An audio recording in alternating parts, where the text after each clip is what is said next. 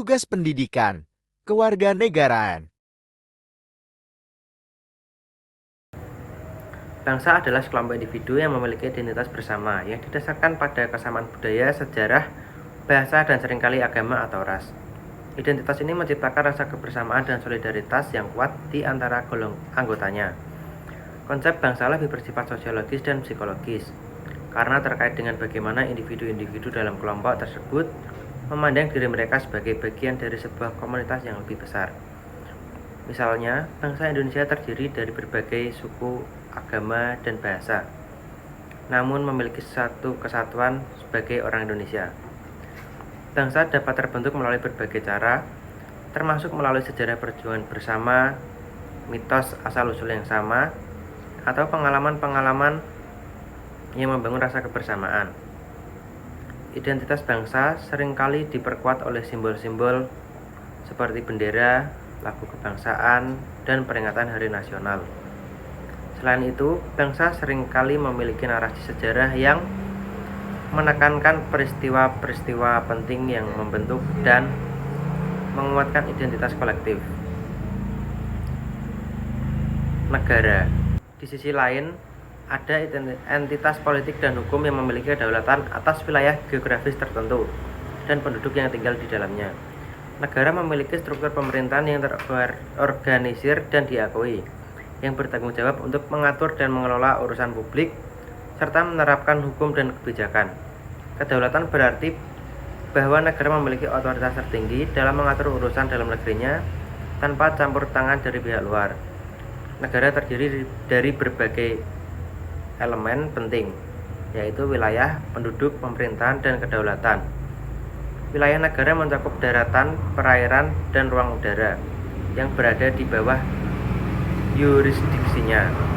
Penduduk negara adalah orang-orang yang tinggal di wilayah tersebut, termasuk warga negara dan penduduk tetap. Pemerintah adalah struktur organisasi yang menjalankan fungsi-fungsi negara, mulai dari legislatif, eksekutif, hingga yudikatif. Kedaulatan mengacu pada kekuasaan tertinggi yang dimiliki negara untuk mengatur urusan dalam dan luar negerinya. Negara berfungsi untuk menyediakan keamanan dan ketertiban, menegakkan hukum, melindungi hak-hak warga, serta memfasilitasi kesejahteraan dan kemajuan ekonomi. Negara juga memiliki hubungan diplomatik dengan negara lain dan berpartisipasi dalam organisasi internasional.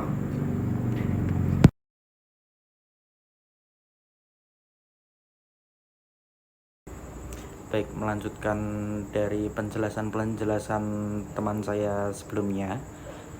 Negara sebagai organisasi masyarakat yang menempati wilayah tertentu yang mempunyai sifat-sifat seperti monopoli, memaksa, dan mencakup.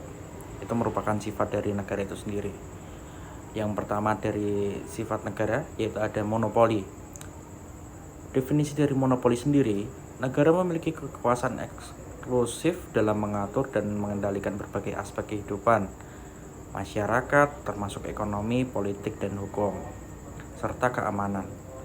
Contohnya, negara memiliki hak eksklusif untuk mencetak uang, menetapkan hukum, dan mengatur kebijakan fiskal, serta moneter. Tidak ada pihak lain yang memiliki kewenangan serupa. Untuk memaksa, definisi memaksa sendiri, negara memiliki kekuasaan untuk menegakkan hukum dan peraturan melalui kekuatan atau sanksi jika diperlukan. Ini mencakup kemampuan untuk menggunakan aparat keamanan seperti polisi, TNI, atau anggota militer lainnya untuk menjaga ketertiban dan keamanan. Contohnya, seperti negara dapat memaksa warganya untuk mematuhi hukum dengan memberikan sanksi atau hukuman bagi yang melanggar, seperti denda, penjara, atau hukuman lainnya. Negara juga bisa memaksa individu untuk mengikuti kewajiban seperti wajib militer atau membayar pajak. Untuk yang selanjutnya ada mencakup. Mencakup sendiri memiliki definisi seperti negara mencakup seluruh wilayah penduduk yang ada di dalam batas-batas teritorialnya. Setiap individu berada dalam wilayah tersebut untuk pada hukum dan peraturan negara tersebut. Contohnya seperti semua orang yang tinggal dalam batas negara harus mengikuti hukum dan peraturan negara tanpa terkecuali. Negara memiliki yurisdiksi atas semua aktivitas yang terjadi di dalam batas-batas teritorialnya. Baik, ketiga sifat ini menunjukkan bahwa negara memiliki peran sentral dan dominan dalam kehidupan masyarakat yang memungkinkan negara untuk menjaga stabilitas, ketertiban, dan kesejahteraan umum. Baik, untuk penjelasan selanjutnya bisa dilanjutkan.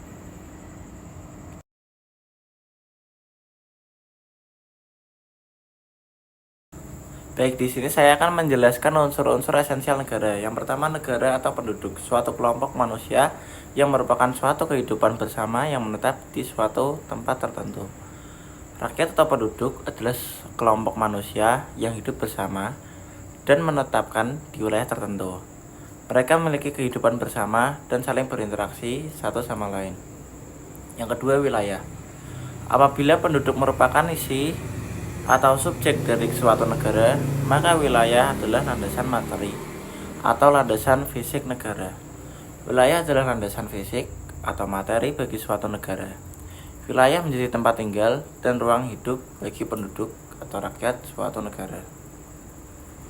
Yang ketiga, pemerintah yang berdaulat adalah pemerintahan yang memiliki kekuasaan tinggi, yang berarti tidak berada di bawah kekuasaan yang lain. Pemerintah yang berdaulat adalah pemerintah yang memiliki kekuasaan tertinggi di dalam negara.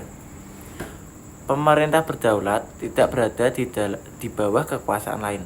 Artinya, kedaulatan penuh. Selanjutnya,